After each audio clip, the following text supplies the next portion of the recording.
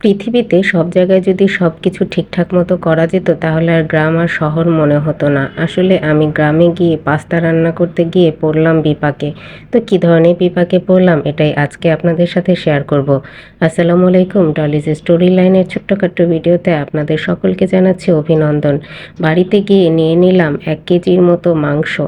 একদম মুরগির মাংস, একদম সিনা থেকে স্লাইড করে কেটে নিয়েছি। যেহেতু বাড়িতে অসংখ্য পোলাপান এবং ঘরের লোকজন আছে, ভেবেছিলাম রান্না যেহেতু করব তাহলে একটু বেশি করেই নেই, সবাই মন ভরে খাবে। বাচ্চারা আবার বেশ পাস্তা পছন্দ করে। বাজার থেকে আনা হয়েছিল পাস্তাগুলো একেবারেই ঢাকার মধ্যে নয়, সিদ্ধ করেছি একটুও বাড়ে নাই, তাই তো নিয়ে নিয়েছিলাম আরও 2-1টা নুডলসের প্যাকেট।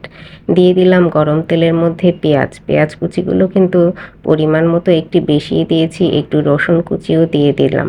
এছাড়া কাঁচামরিচ এবং পরিমাণ মতো যা কিছু প্রয়োজন ছিল আমি কিন্তু পর্যাপ্ত পরিমাণে দিয়েছি।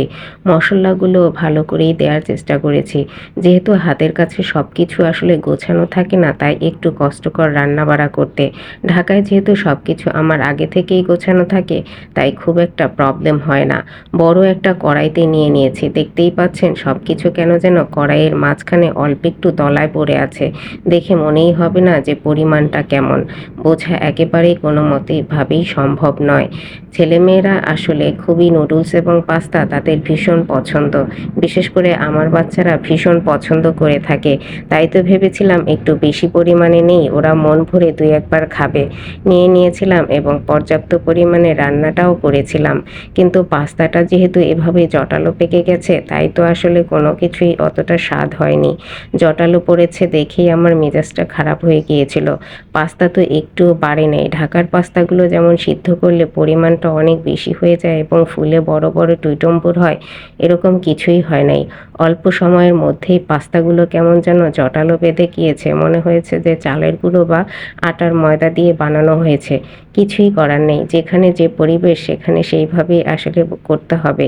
তো নুডলসও দিয়ে দিলাম, ভেবেছিলাম নুডলসটা দিলে একটু ঝরঝরা হবে। তো মশলাগুলোকে একে একে করে অনেকগুলো মশলাও দিয়ে নিলাম। এছাড়া পরিমাণ মতো যতটুকু অ্যারেঞ্জ করা গিয়েছে সব কিছুই দেওয়ার চেষ্টা করেছি। যত কিছুই দেই না কেন আসল জায়গাতেই কিন্তু মূল সমস্যা। যেহেতু পাস্তাটাই ঠিক নেই, যার কারণে রান্না বান্না যত সুন্দর করেই করি না কেন, যেখানে আমি খাচ্ছি পাস্তা, সেই পাস্তাটাই পরিমাণ সিদ্ধটার পরিমাণ ঠিক নেই, অতিরিক্ত হয়ে গেছে। কেমন একটা ভেজাল জটালো যে নেড়ে চেড়ে ঠিক রাখতে পারছি না। পাস্তাটা একটু ঝরঝরে টিপটিপে হবে, একটার সাথে একটা লাগবে না, সেটাই হচ্ছে স্বাভাবিক, সেটা খেতেও মজা লাগে।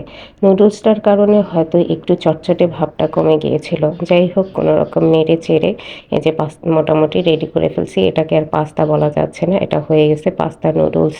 কিন্তু যাই হোক, মোটামুটি বাচ্চারা খেয়েছে, দেখতে কিন্তু অসাধারণই লাগছে। এখন মোটামুটি খাওয়ার যোগ্য হয়েছে এবং বাচ্চারা মোটামুটি পছন্দ করে খেয়েছে।